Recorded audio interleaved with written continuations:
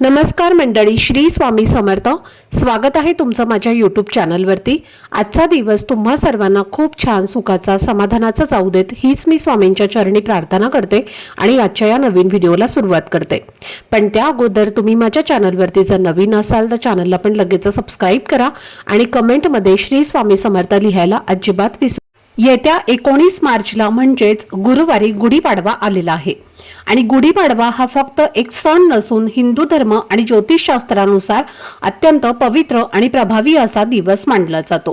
कारण हा दिवस 3.5 शुभ मुहूर्तांपैकी एक पूर्ण शुभ मुहूर्त मानला जातो. त्यामुळे या दिवशी कोणतेही चांगले काम सुरू करण्यासाठी वेगळा मुहूर्त पाहण्याची गरज भासत नाही. संपूर्ण दिवसच शुभ मानला जातो. चैत्र शुक्ल प्रतिपदेला गुढीपाडवा साजरा केला जातो आणि याच दिवशी आपल्या हिंदू नववर्षाची सुरुवात होते. तसेच या पवित्र दिवसापासून चैत्र नवरात्रीलाही सुरुवात होते. त्यामुळे या दिवसाचे धार्मिक आणि आध्यात्मिक महत्त्व खूप मोठे आहे आणि म्हणूनच आपल्या महाराष्ट्रात हा सण खूप उत्साहात आणि आनंदात साजरा केला जातो.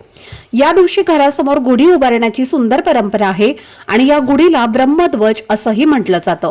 कारण अशी मान्यता आहे की ब्रह्मदेवाने याच दिवशी सृष्टीची निर्मिती केली. तसेच रामायणानुसार प्रभू श्रीराम यांनी रावणाचा पराभव करून 14 वर्षांचा वनवास संपवून अयोध्येमध्ये याच दिवशी परत येऊन विजय मिळवला आणि त्यांच्या स्वागतासाठी लोकांनी गुढी उभारली आणि म्हणून गुढी ही विजय, समृद्धी आणि आनंदाचं प्रतीक मानली जाते. गुढीपाडवा हा साधा दिवस नसून वाईटावर चांगल्याचा विजय दर्शवणारा दिवस आहे आणि म्हणून या दिवशी आपल्या आयुष्यातील संकटे, अडचणी आणि नकारात्मकता दूर व्हावी आणि सुख, शांती, समृद्धी आपल्या जीवनामध्ये यावी अशी प्रार्थना केली जाते. या दिवशी जितकं महत्त्व गुढी उभारण्याला दिलं जातं तितकंच महत्त्व स्नानाला सुद्धा दिलं जातं. अगदी जसं आपण दिवाळीमध्ये अभ्यंग स्नान करतो तसेच गुढीपाडव्याच्या दिवशी सुद्धा अभ्यंग स्नान करण्याची परंपरा आहे आणि शास्त्रानुसार या दिवशी तीर्थक्षेत्री जाऊन स्नान करणं हे खूप पुण्यकारक मानलं जातं. पण ते सर्वांनाच शक्य होत नाही. त्यामुळे आपण घरच्या घरी एक छोटासा उपाय करून तसंच पुण्य मिळवू शकतो. गुढीपाडव्याच्या दिवशी अंघोळीच्या पाण्यात एक खास वस्तू टाकून स्नान केल्याने पवित्र तीर्थक्षेत्राचं स्नान केल्याचं पुण्य मिळतं. तसेच आपल्या आयुष्यातील दोष, अडचणी, नकारात्मकता आणि शत्रूंचा त्रास कमी होतो. घरातील दारिद्र्य कमी होऊन सुख, समृद्धी वाढते आणि मनातील इच्छा पूर्ण होण्यास मदत होते. आता ही वस्तू कोणती आहे, ती कशी वापरायची आणि स्नान नेमकं करण्याचा कोणता शुभ मुहूर्त आहे याबद्दलची संपूर्ण सविस्तर माहिती आजच्या व्हिडिओमध्ये मी तुमच्यासोबत शेअर करणार आहे. त्यामुळे व्हिडिओ हा स्किप न करता शेवटपर्यंत नक्की पहा, जेणेकरून तुमच्यापर्यंत योग्य ती माहिती पोहोचेल. आणि तुम्ही माझ्या चॅनलवरती जर नवीन असाल तर चॅनलला पण लगेच सबस्क्राईब करा आणि बेल आयकॉनला पण प्रेस करा, म्हणजे मी जेव्हा कधीही नवीन व्हिडिओज अपलोड करेन त्याचं नोटिफिकेशन सर्वात आधी तुम्हाला मिळेल आणि तुमचा एकही व्हिडिओ हा मिस होणार नाही. तसेच खाली असलेल्या हाय बटनवर सुद्धा क्लिक करा. तर पहा, आजच्या या व्हिडिओमध्ये तुम्हाला मी जो खास उपाय सांगणार आहे तर तो उपाय तुम्हाला 19 मार्चला म्हणजेच गुरुवारी सकाळी करायचा आहे आणि यामागचं कारणही खूप महत्त्वाचं आहे. कारण या दिवशी सकाळपर्यंत अमावस्या तिथी असणार आहे. म्हणजे फाल्गुन अमावस्या 18 मार्चला सकाळी 8:25 सुरू होऊन 19 मार्चला सकाळी 6:53 संपणार आहे. म्हणजे साधारण 7 वाजेपर्यंत अमावस्या असेल आणि त्यानंतरच आपण गुढी उभारायची आहे आणि पूजा करायची आहे. त्यामुळे 7च्या आधी गुढी उभारू नये किंवा पूजा करू नये हे नक्की लक्षात ठेवा. कारण 19 मार्चला प्रतिपदा तिथी साधारण 7:15 सुरू होणार आहे आणि म्हणून 7 नंतरचा काळ हा गुढी उभारण्यासाठी योग्य आणि शुभ मानला जातो. आणि याच दिवशी जर आपण अंघोळीच्या पाण्यात एक खास वस्तू टाकून स्नान केलं तर आपल्याला अमावस्येचंही पुण्य हे मिळू शकतं. कारण अमावस्येच्या दिवशी स्नानाला खूप जास्त महत्त्व दिलं जातं आणि तीर्थक्षेत्री स्नान केल्यास पितृदोष दूर होतो अशी मान्यता आहे. तसेच गुढीपाडव्याच्या दिवशीही अभ्यंग स्नानाला खूप महत्त्व आहे. त्यामुळे घरातील प्रत्येक व्यक्तीने हा उपाय करणं खूप गरजेचं आहे. कारण हा दिवस आपल्या नववर्षाची सुरुवात असतो आणि आपण जर या दिवशी शरीर आणि मनातील नकारात्मकता दूर केली तर येणारं संपूर्ण वर्ष हे अधिक सुखाचं आणि समाधानाचं जाऊ शकतं. मी सांगणारा हा उपाय लहान मुलांपासून ते मोठ्यांपर्यंत, अगदी घरात कोणी आजारी असेल तरी त्यांनी सुद्धा शक्य तितका करायचा आहे. कारण जेव्हा घरातील सगळे मिळून हा उपाय करतात तेव्हा घरात सकारात्मक ऊर्जा निर्माण होते, वातावरण आनंदी होतं आणि वर्षभर प्रगतीचे मार्ग खुले होतात. गुढीपाडव्याच्या दिवशी अभ्यंग स्नान केल्याने आरोग्य सुधारतं, मन शांत राहतं आणि आपल्या आयुष्यातील अडथळे हळूहळू कमी होऊ लागतात. कारण अनेक वेळेला आपण भरपूर मेहनत करतो पण तरीही यश मिळत नाही. अशा वेळी अशा पारंपरिक आणि श्रद्धेने केलेल्या उपायांचा आपल्याला आधार मिळतो. आपल्या प्रत्येकाची इच्छा असते की आपल्या आयुष्यात पैसा, यश आणि समृद्धी यावी. माता लक्ष्मी, भगवान विष्णू आणि कुबेर यांची कृपादृष्टी आपल्यावर राहावी आणि आपल्या कष्टाला योग्य फळ मिळावं. पण कधी कधी मेहनत करूनही अपेक्षित यश मिळत नाही. म्हणूनच अशा शुभ दिवशी केलेले छोटे छोटे उपाय आपल्याला सकारात्मक परिणाम देऊ शकतात. जर आपण या दिवशी अंघोळीच्या पाण्यात ही एक खास वस्तू टाकून स्नान केलं तर आपल्या आयुष्यातील आर्थिक अडचणी कमी होतात, प्रगतीचे नवे मार्ग दिसू लागतात आणि आपल्या मनातील इच्छा पूर्ण होण्यास मदत होते.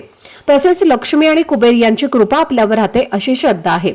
या दिवशी हा उपाय केल्याने आपल्या जीवनातील शत्रूंचा प्रभाव कमी होतो, लोकांच्या मनातील नकारात्मकता दूर होते आणि नात्यांमध्ये सुधारणा दिसू लागते. इतकंच नाही तर घरातील लहान मुलांच्या अंघोळीच्या पाण्यात ही वस्तू टाकल्याने त्यांचा हट्टीपणा, चिडचिडेपणा कमी होतो आणि त्यांचं आरोग्यही चांगलं राहतं. म्हणूनच हा उपाय प्रत्येकाने श्रद्धेने आणि विश्वासाने करावा. कारण अशा पवित्र दिवशी केलेले छोटे उपाय सुद्धा आपल्या आयुष्यात मोठा सकारात्मक बदल घडवू शकतात. तर आता हा उपाय करण्यासाठी तुम्हाला गुरुवारी गुढीपाडव्याच्या दिवशी सकाळी लवकर उठायचं आहे. उठल्यानंतर सर्वप्रथम तुम्हाला अंघोळीचं पाणी काढायचं आहे. शक्य असेल तर कोमट पाणी घ्यायचं आहे किंवा तुम्ही थंड पाणी घेतलं तरी सुद्धा चालेल. आणि सर्वप्रथम या अंघोळीच्या पाण्यामध्ये आपल्याला सगळ्यात महत्त्वाची वस्तू टाकायची आहे, ती म्हणजे हळद. एक चिमूटभर हळद जी आहे तर ती आपल्याला अंघोळीच्या पाण्यामध्ये टाकायची आहे. गुरुवार आहे, गुरुवारच्या दिवशी आपण भगवान विष्णू आणि माता लक्ष्मीची पूजा करत असतो आणि त्यांना हळद ही अतिशय प्रिय आहे. म्हणून अगदी चिमूटभर हळद जी आहे तर ती अंघोळीच्या पाण्यामध्ये टाकायची आहे. अंघोळीच्या पाण्यात चिमूटभर हळद टाकून स्नान केल्याने शरीरातील दोष दूर होतात, सकारात्मकता वाढते आणि माता लक्ष्मीचा आणि कुबेरांचा आशीर्वाद हा देखील आपल्याला मिळतो. आणि म्हणून चिमूटभर हळद टाकायची आहे. आणि यानंतर पुढची वस्तू आहे ते म्हणजे कडुनिंबाची पानं.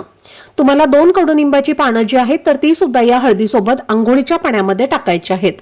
कडुनिंबाची पानं टाकून स्नान केल्याने आपल्या शरीरातील, आपल्या घरातील नकारात्मक ऊर्जा दूर होते आणि आपलं शरीर हे शुद्ध आणि पवित्र होतं. कडुनिंबाची पानं जी असतात तर ती आरोग्यासाठी खूप चांगली असतात. आपल्या शरीरामध्ये असणारी अशुद्धता जी आहे तर ती दूर करत असतात. आणि गुढीपाडव्याला या कडुनिंबाच्या पानांचं खूप मोठं धार्मिक महत्त्व आहे. आणि म्हणून 2 कडुनिंबाची पानं सुद्धा तुम्हाला अंघोळीच्या पाण्यामध्ये टाकायची आहेत. त्यानंतर तुम्हाला थोडंसं गंगाजल सुद्धा टाकायचं आहे. आपण पवित्र गंगेवरती जाऊन स्नान करू शकत नाही, पण तुम्ही नक्कीच गंगाजल जे आहे तर ते अंघोळीच्या पाण्यामध्ये टाकू शकता. आता हे गंगाजल तुमच्याकडे जर एखाद्या पवित्र नदीचं असेल तर ते तुम्ही टाकू शकता. पण जर ते तुमच्याकडे नसेल तर जिथे कुठे पूजा साहित्य मिळतं तिथं फक्त 15 रुपयांना गंगाजलची बॉटल मिळते, तर तिथून ती तुम्हाला आणायची आहे आणि त्यातील 2 ते 3 थेंब अंघोळीच्या पाण्यामध्ये टाकायचे आहेत. गंगाजल हे अतिशय पवित्र आणि शुद्ध मानलं जातं.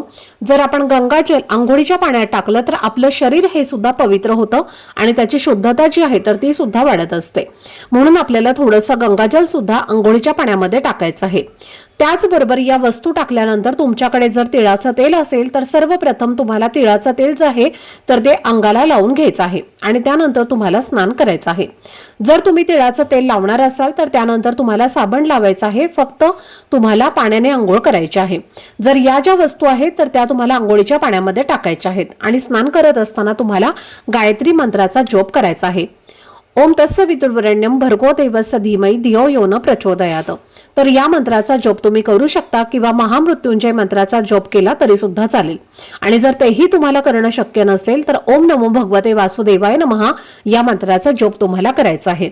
स्नान करून झाल्यानंतर तुम्हाला काय करायचं आहे, अंघोळीचा जो तुमचा मग असेल, तांब्या असेल किंवा मग असेल तर त्यामध्ये तुम्हाला पाणी घ्यायचं आहे. त्यामध्ये थोडेसे काळे तीळ टाकायचे आहेत किंवा तसंच पाणी तुम्हाला दक्षिण दिशेकडे तोंड करून आपल्या पितरांना समर्पित करायचं आहे. बाथरूममध्येच तुम्ही हे जल अर्पण केलं तरीही चालेल. तुम्ही अगदी शक्य असेल तर कपडे परिधान करून बाल्कनीमध्ये उभे राहून सुद्धा घरासमोर दक्षिण दिशेकडे तोंड करून हे जल तुम्ही अर्पण केलं तरीही चालेल. आणि जल अर्पण करत असताना तुम्हाला ओम पितृदैवताय नमः, ओम पितृदैवताय नमः या मंत्राचा जप करायचा आहे. कारण या दिवशी अमावस्या तिथी सुद्धा आहे आणि गुढीपाडवा सुद्धा आहे, त्यामुळे या दिवशी पितरांची सुद्धा सेवा ही केली जाते. स्नान करून झाल्यानंतर स्वच्छ कपडे परिधान करून आपल्याला आपल्या देवघरातल्या देवांची विधिवत पूजा करून घ्यायची आहे। या दिवशी तुम्ही सोनं चांदी खरेदी नाही केलं तरीही चालेल, पण आपल्या देवघरातील देवांसाठी तुम्हाला एक नवीन वस्त्र जे आहे तर ते खरेदी करायचंच आहे। आदल्या दिवशी तुम्ही खरेदी केलं तरीही चालेल आणि गुढीपाडव्याच्या दिवशी तुम्ही ते देवांना आसन म्हणून दिलं तरी सुद्धा चालेल, किंवा गुढीपाडव्याच्याच दिवशी तुम्ही ते नवीन वस्त्र जे आहे तर ते देवांसाठी खरेदी करू शकता आणि ते वापरूही शकता।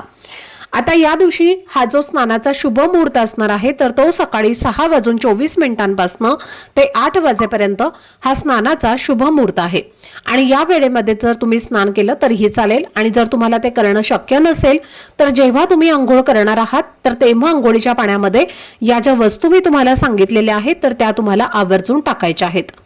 तर पहा, काही दिवसांचं महत्त्व जे आहे तर ते खूप जास्त असतं आणि आपल्या संपूर्ण प्रगतीवर या गोष्टी खूप जास्त परिणाम करत असतात आणि गुढीपाडव्याच्या दिवशी केलेले उपाय हे कधीही वाया जात नाहीत। या दिवशी अभ्यंग स्नानाला खूप मोठं महत्त्व आहे आणि म्हणून प्रत्येकाने असं हे जे स्नान आहे तर ते करायचं आहे। जर तुमच्या घराजवळ एखादी पवित्र नदी असेल, गंगा असेल तर तिथे जाऊन तुम्ही स्नान केलं तरी सुद्धा चालेल। त्याचबरोबर या दिवशी आपल्याला गोमूत्र आणि हळद एका तांब्यामध्ये घेऊन हे जे पाणी आहे तर ते उंबरट्यावरती शिंपडायचं आहे आणि उंबरटा जो आहे तर तो स्वच्छ पुसून काढायचा आहे। त्यामुळे आपल्या घराचं जे पावित्र्य आहे तर ते राखलं जातं, कुठलीही नकारात्मक ऊर्जा जी आहे तर ती आपल्या घरामध्ये येत नाही आणि म्हणून हा एक उपाय सुद्धा तुम्हाला उंबरट्यावरती आवर्जून करायचा आहे। त्याचबरोबर या गुढीपाडव्याच्या दिवशी तुम्हाला 2 कडुनिंबाची पानं सुद्धा नक्की खायची आहेत। या दिवशी बघा, गुळ आणि कडुनिंबाचं पानं त्याचबरोबर धने जे आहे तर ते एकत्रित बारीक केलं जातं आणि त्याचा प्रसाद जो आहे तर तो खाल्ला जातो। शक्य असेल तर याच पद्धतीने तुम्ही खाऊ शकता आणि जर ते शक्य नसेल तर कमीत कमी एक तरी कडुलिंबाचं पान जे आहे तर ते आपल्याला खायचंच आहे। त्यामुळे वर्षभर आपलं आरोग्य जे आहे तर ते उत्तम राहतं आणि आपली आर्थिक भरभराट जी आहे तर ती होत असते। तर ही अत्यंत महत्त्वाची माहिती मला तुमच्यासोबत शेअर करायची होती। आजचा हा व्हिडिओ जर तुम्हाला आवडला असेल, माहितीपूर्ण वाटला असेल तर व्हिडिओला लाईक, शेअर आणि चॅनलला सबस्क्राईब नक्की करा। भेटूयात पुढच्या व्हिडिओमध्ये, तोपर्यंत सर्वांना श्री स्वामी समर्थ। धन्यवाद।